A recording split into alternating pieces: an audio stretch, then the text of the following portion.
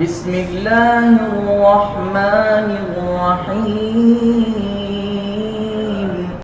السلام علیکم ورحمۃ اللہ وبرکاتہ۔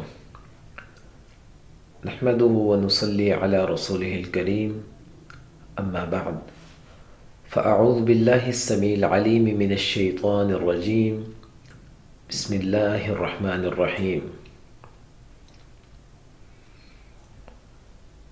یقیناً آپ لوگوں نے اس صحابی کا نام تو سنا ہوگا کہ جو صحابی چلتے زمین پر تھے لیکن ان کے قدموں کی آواز وہ جنت میں آتی تھی، اور وہ عمل کیا کیا کرتے تھے اس سے شاید بہت کم لوگ واقف ہوں گے۔ اگر وہ عمل جو وہ کیا کرتے تھے ہم بھی کرنا شروع کر دیں تو یقیناً یہ فضیلت ہمارے لیے بھی ہے۔ رسول اللہ صلی اللہ علیہ وسلم نے ایک دن فجر کی نماز پڑھائی، اور نماز پڑھانے کے بعد بلال رضی اللہ تعالیٰ عنہ کی طرف متوجہ ہوئے اور کہنے لگے، یا بلال حدثنی، اے بلال ہمیں بیان کرو وہ بات، وہ کام، جو کام تم کرتے ہو جس کی وجہ سے میں نے تمہارے قدموں کی آواز جنت میں سنی ہے۔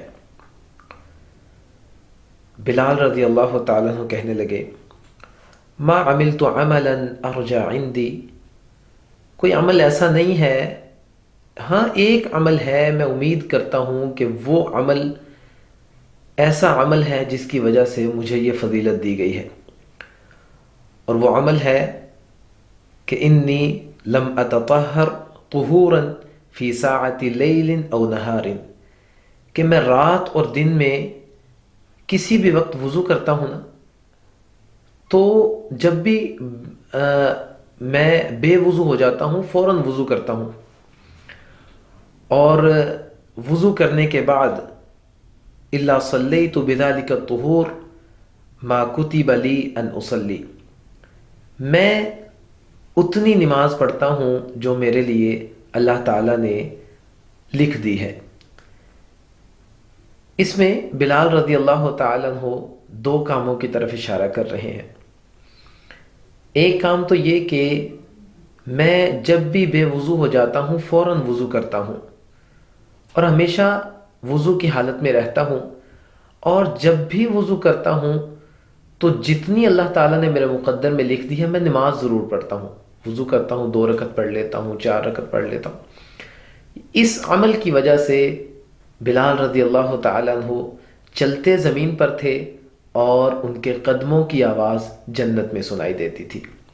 یہ عمل ہم بھی کر سکتے ہیں، اور یہ فضیلت ہمیں بھی حاصل ہو سکتی ہے کہ ہم زمین پر چلیں اور ہمارے قدموں کی آواز جنت میں سنائی دے۔